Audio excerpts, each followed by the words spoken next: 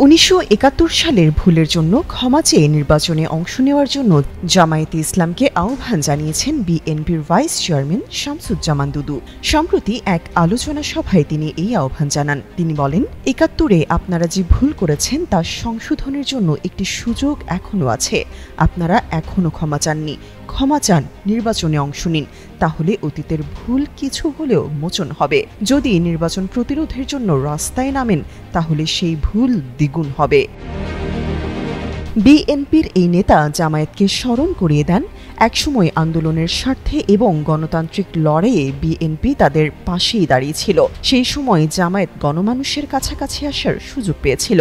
বিএনপির এই শীর্ষ নেতা আরও বলেন, বর্তমানে বিএনপি দেশের একমাত্র দল যার শিকড় সর্বস্তরে ছড়িয়ে আছে। যেখানে 10 জন আছে সেখানে 6 থেকে 7 জন বিএনপির। আওয়ামী লীগ ছিল, হারিয়ে গেছে। বিএনপি যদি উঠে দাঁড়ায় তাহলে পুলিশ বা মিলিটারির দরকার হবে না, তারা নিজেরাই দেশ রক্ষা করতে পারবে। এটাই বাস্তবতা। তাই বিএনপিকে ঠেকাতে নানা অজুহাত, বিভ্রান্তি, নাটক সামনে আনা হচ্ছে।